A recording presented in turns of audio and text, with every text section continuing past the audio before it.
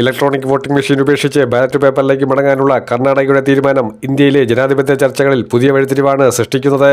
വരാനിരിക്കുന്ന greater Bengaluru corporation തെരഞ്ഞെടുപ്പ് ballot paper ഉപയോഗിച്ച് നടത്തുമെന്ന് കർണാടക സംസ്ഥാന തെരഞ്ഞെടുപ്പ് കമ്മീഷണർ കൂടിയായ GS സംഗ്രേഷി ഔദ്യോഗികമായി പ്രഖ്യാപിച്ചതോടെ EVM വിശ്വാസ്യതയെക്കുറിച്ചുള്ള സംശയങ്ങൾ വീണ്ടും ശക്തമായിരിക്കുകയാണ്.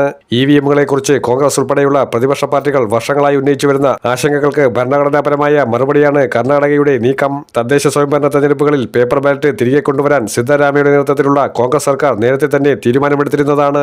ഇതോടെ EVM ചോദ്യം ചെയ്യരുത് എന്ന BJP നയത്തെ തുറന്നു വെല്ലുവിളിക്കുന്ന ഒരു രാഷ്ട്രീയ സന്ദേശമാണ് ഇപ്പോൾ കർണാടക നൽകുന്നത്. ഗ്രേറ്റർ ബംഗളൂരു അതോറിറ്റിയുടെ കീഴിലുള്ള 5 സിറ്റി കോർപ്പറേഷനിലേക്കുള്ള തെരഞ്ഞെടുപ്പാണ് ബാലറ്റ് പേപ്പറുകൾ ഉപയോഗിച്ച് നടക്കാൻ പോകുന്നത്. കഴിഞ്ഞ കുറേ വർഷങ്ങളായി ബംഗളൂരിൽ നടന്ന തദ്ദേശ തെരഞ്ഞെടുപ്പുകളിലെല്ലാം EVMകളാണ് ഉപയോഗിച്ചിരുന്നത്.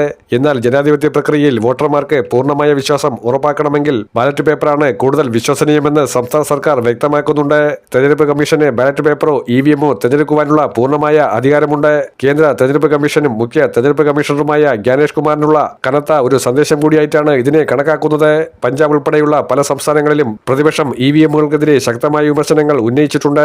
പഞ്ചാബിലെ തദ്ദേശ തെരഞ്ഞെടുപ്പുകളിൽ ബാലറ്റ് പേപ്പർ ഉപയോഗിച്ചപ്പോൾ വോട്ടർമാരുടെ പങ്കാളിത്തം വർദ്ധിച്ചതായും എണ്ണൽ പ്രക്രിയ കൂടുതൽ സുതാര്യമായതായും കോൺഗ്രസ് ചൂണ്ടിക്കാട്ടി. EVMകൾ കേന്ദ്ര സർക്കാരും BJPയും കൃത്യമായി നിയന്ത്രിക്കുന്ന ഒരു സംവിധാനമായി മാറിയെന്ന ആരോപണം ശക്തമാണ്.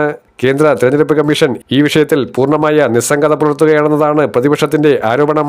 കർണാടകയുടെ ഇത്തരമൊരു നീക്കത്തിനെതിരെ BJP കടുത്ത വിമർശനവുമായി രംഗത്തെത്തിയിട്ടുണ്ട്.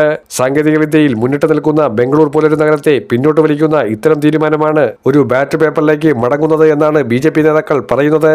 വോട്ടെണ്ണലിന് കാലതാമസമുണ്ടാകുമെന്നും കൃത്രിമത്വത്തിന് സാധ്യത വർദ്ധിക്കുമെന്നതാണ് BJP നേതാക്കൾ പറയുന്നത്. എന്നാൽ EVMൽ കൃത്രിമത്വം നടക്കില്ല എന്ന BJPയുടെ ഉറപ്പ് ജനങ്ങൾക്കിടയിൽ വിശ്വാസം സൃഷ്ടിച്ചില്ല എന്നതാണ് യാഥാർത്ഥ്യം. ഈ തെരഞ്ഞെടുപ്പ് പ്രക്രിയ സുതാര്യവും വിശ്വസനീയമാക്കുക എന്നതാണ് കർണാടക സർക്കാരിന്റെയും സംസ്ഥാന തെരഞ്ഞെടുപ്പ് കമ്മീഷന്റെയും പ്രഖ്യാപിതമായിട്ടുള്ള ലക്ഷ്യം. കർണാടകയുടെ ബാലറ്റ് പേപ്പർ തീരുമാനം BJPയുടെ EVM രാഷ്ട്രീയത്തിനും മുഖ്യ തെരഞ്ഞെടുപ്പ് കമ്മീഷണറായ ജ്ഞാനേഷ് കുമാറിന്റെ നിലപാടുകൾക്കും നേരെയുള്ള ഒരു തുറന്ന വെല്ലുവിളി തന്നെയാണ്.